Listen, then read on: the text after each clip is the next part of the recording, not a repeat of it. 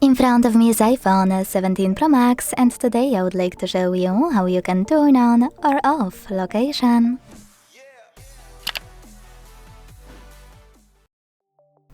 Location services on your iPhone allow apps like Maps, Weather, and Find My to work properly.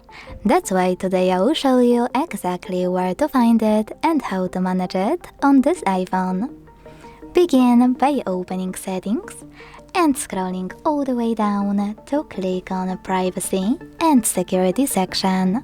Trust me on that, you will find it there. Now click on Location Services here and use this switcher to manage it.